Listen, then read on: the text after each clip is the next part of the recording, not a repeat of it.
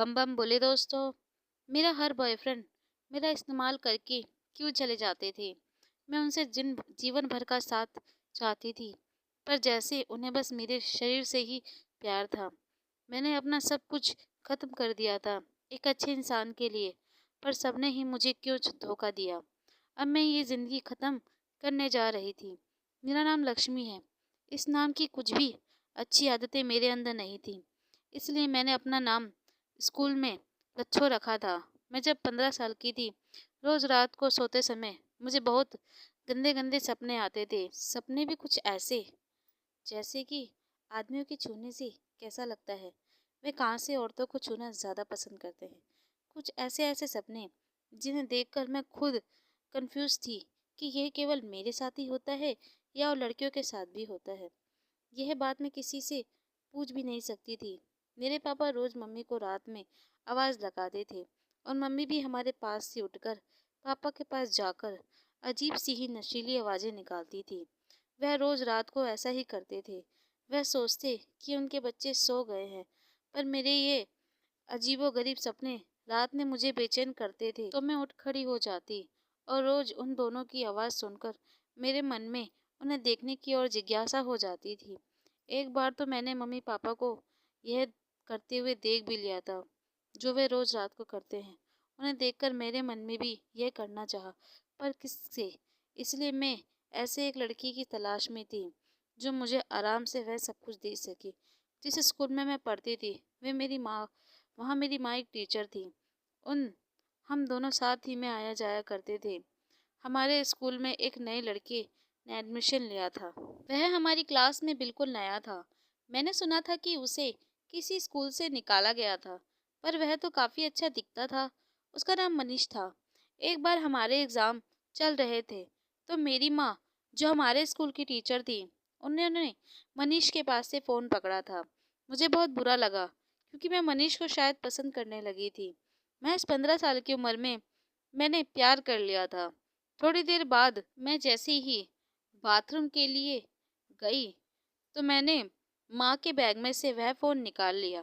जब mummy principal के पास उसे लेकर गई, तो उस बैग में फ़ोन ना पाकर मनीष को छोड़ दिया गया। वह सीधा मेरे पास आया, बोला, मैं जानता हूँ तुम्हारे पास ही मेरा फ़ोन है। टीचर के बैग में से तुमने फ़ोन क्यों निकाला।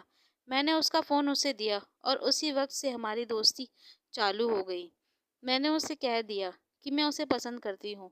मैं और मनीष रोज़ रोज़ पढ़ाई के बहाने से मिलने लगे। मेरे सब दोस्त मुझे मनीष से मिलने को मना करते थे। मनीष एक सही लड़का नहीं है। वह स्कूल के पीछे स्मोक करता है, और बाहर हमने उसे दारू पीते भी देखा है। मगर मैंने उनकी बात ना सुनकर और मनीष से अपनी दोस्ती कायम रखी। मैं और मनीष पास आ रहे थे, और जो मेरी शारीरिक ज़रूरत थी, वो मुझे महज 15 साल की उम्र में ही मिल गई थी। पूरे स्कूल में यह बात तेजी से फैल गई कि मनीष और मैंने किस किया था। मुझे काफ़ी शर्म आई, पर कुछ लड़कियों जो मेरे साथ भी थी, जिसने मुझे स्कूल में काफ़ी पॉपुलर कर दिया था। मनीष और मेरा रिश्ता ऐसे ही चलता रहा, और फिर एक दिन मेरी माँ किसी बच्चे के खिलाफ कंप्लेंट लेकर प्रिंसिपल के पास गई। जब प्रिंसिपल के सामने उस बच्चे ने मेरे बारे में माँ को बताया, तो उन्हें सबके सामने बहुत शर्मिंदा होना पड़ा कि आपकी बेटी ने तो इससे भी ज़्यादा गंद फैला रखा है स्कूल में। मेरी माँ मुझे पूरे स्कूल में ढूंढती रही, और फिर मुझे पकड़कर घर लेकर आ गई। वहाँ जाकर पूरे परिवार को मनीष के बारे में सब पता चल गया। पापा ने मुझे बहुत मारा। इन सब का कसूरवार मम्मी को ठहराया, पर उस वक्त मुझे अपनी माँ की जरा नहीं पड़ी थी। मैंने उनसे और बहस की। मैं मनीष से मिलूंगी। वह अब सब जगह मुझ पर ही नजरें रखती थी। मैं कहाँ जा रही हूँ, किससे बात कर रही हूँ, सब। मनीष और मेरा मिलना भी बंद कर दिया गया, और कुछ समय बाद पता चला कि मनीष कहीं चला गया है और अब वापस कभी नहीं आएगा।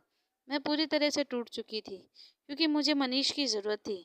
ऊपर से घर वालों ने इतनी पाबंदी लगा रखी थी कि मैं अपनी ज़िंदगी अपने तरीके से जी ही नहीं पा रही थी। इसलिए मैंने अपना घर छोड़कर हॉस्टल में चली गई। मैं हॉस्टल में ही रहकर अपनी पढ़ाई करने लगी, या यूं कहो वहाँ पढ़ाई कम कुछ और ज़्यादा कर रही थी। मेरा हॉस्टल में लड़के लड़कियां दोनों थे, वो भी साथ में रहते। मैंने उनसे दोस्ती की और हर रात किसी न किसी के साथ सो जाती थी। ऐसे ही समय निकलता गया और मेरी मुलाकात नीतीश से हुई। वह काफ़ी अच्छा और सीधा साधा लड़का था। मैं उसे बहुत परेशान भी करती थी। उसने ही मुझे पढ़ाई करवाई थी। मैं उसे पसंद भी करने लगी थी और शायद उससे उसके साथ शादी भी करना चाहती थी। फिर नीतीश भी मेरे करीब आते जा रहा था। हम दो शादी के सपने सजाने भी लगे थे और नीतीश को बस एक मौका चाहिए था। वह हम दोनों शादी कर लेते। वह कुछ समय के लिए बाहर गया था और कहकर गया था जल्दी आएगा, पर जाने के बाद ना तो उसका कोई फ़ोन आया ना खत। काफ़ी लड़कियां तो यह भी कह रही थी कि उसकी पहले से ही कोई गर्लफ्रेंड थी और वह कब से तुझसे पीछे छुड़वाना चाह रहा था, बस तुझे ही नहीं दिख रहा था। पता नहीं मैं जिससे भी उम्मीद लगाती हूँ वो मुझे क्यों छोड़कर चले जाते हैं। मैं काफ़ी दुखी थी अपनी लाइफ में। एक सच्चा इंसान चाहती थी, पर सब तो बस जैसे मेरा इस्तेमाल करने आते थे। तभी मेरी माँ का भी फ़ोन आया कि मेरी बहन की शादी है, मुझे आना ही होगा। मैं जा तो रही थी पर शादी तक के लिए वहाँ रुकना नहीं चाहती थी। बहन की शादी के सारे पुराने दोस्त मिले और मनीष भी आया, जो अब एक बच्चे का बाप बन गया है। मैंने पूछा, तुम तो यहाँ से भाग गए थे, फिर दोबारा कैसे? कहने लगा, सब लोगों का बस वहम था। मैं काम के चक्कर में गया था और सबने तुम्हें पीछे से मेरे भाग जाने की खबर दी। तुम्हें भी मुझ पर विश्वास नहीं था। मैं आया, तुम्हें ढूंढा, पर तुम कहीं नहीं मिली। तुम्हारे घर वालों से पूछने की हिम्मत नहीं थी। अब तो तुम भी काफ़ी आगे बढ़ गई हो। मैंने सर हिलाकर जवाब दिया और वहाँ से चली गई। आज लगा मैं उन बातों पर विश्वास नहीं करती तो शायद मनीष और मैं एक साथ होते। मैं यह बातें सब सोचती हुई वापस अपने हॉस्टल में आ गई। मैं बिल्कुल अकेली पड़ गई थी, क्योंकि जो सपने मुझे अब देखने चाहिए थे वो मैंने बचपन में ही देख लिए थे और जल्दबाजी में हमेशा एक गलत इंसान को ही मैंने चुना था। मैंने कुछ दिनों के लिए मम्मी को अपने पास हॉस्टल में रहने के लिए बुला लिया, पर हॉस्टल में आते ही माँ कमरे की सफाई में लग गई, जिससे काफ़ी परेशान मैं होने लगी। इसलिए मैंने एक दिन में ही माँ को वापस भेज दिया। वह बहुत खुश थी मेरे साथ रहने के लिए, पर मुझ में ही जैसे कोई कमी थी। मेरे कमरे में धीरे धीरे लड़कियां जाती रहीं और मैं कमरे में बिल्कुल अकेली रहने लगी। चुपचाप जैसे कोई गम मेरे पास मुझे यह बता रहा है कि मैंने कितना गलत किया था। कि तभी मेरी दोस्त मीनू का फ़ोन आया। वह अपने पति के साथ बाहर विदेश में रहती थी। बहन की शादी में मिली थी। वो माँ बनने वाली थी। अपने खूबसूरत दिनों के बारे में बता रही थी। अपनी उन दिनों की बातें बता रही थी जिससे मैं अभी अनजान थी। अपनी हंसती खेलती ज़िंदगी के बारे में। मैं उनकी यह बात सुनते सुनते सो गई और जब 2 दिन बाद दोबारा फ़ोन आया तो वह माँ बन चुकी थी, एक बेटी की। माँ बनने के बाद कैसा लगता है वह मुझे बताते हुए कहने लगी। मन करता है अब तो बस इसी बच्ची के लिए जिया जाए, मेरी जैसे कि मेरी माँ मेरे लिए मरती थी। मैंने गलतियाँ की और पापा की मार उन्होंने भी खाई। हर बार पीसती रही जबकि उन्होंने कोई गलती भी नहीं की थी। रोज़ सबसे पहले पापा के लिए खाना बनाती, फिर हमारे लिए बाहर कमाने जाती ताकि पापा पर ज़्यादा काम का लोड ना हो। घर आकर वापस से फिर से काम पे लग जाती। क्या ज़रूरत थी उन्हें अपनी इच्छाओं को मारने की? उन्होंने बस हमारे लिए ही अपनी ज़िंदगी कुर्बान कर दी थी। ऊपर से जब ऐसी औलाद पैदा हो जाए जो माँ को शर्मिंदा करवा दे तो क्या बीतती होगी उन पर। आज पहली बार अपनी माँ को प्यार करने और उनसे माफ़ी मांगने का दिल कर रहा था। उन्हें देखने का मन कर रहा था।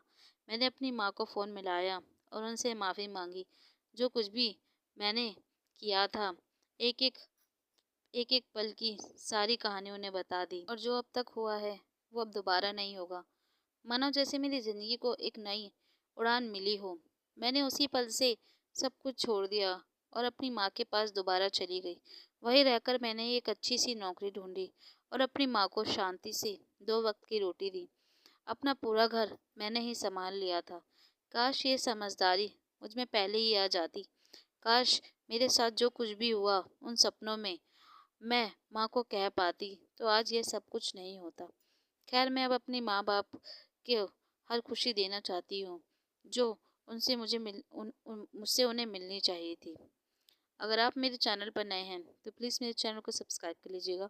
कमेंट करके ज़रूर बताना आपको मेरी कहानी कैसी लगी। मैं नीता आपसे विदा लेती हूँ, फिर मिलूंगी अगली कहानी में। इसी तरह मेरी कहानी के साथ जुड़े रहिएगा।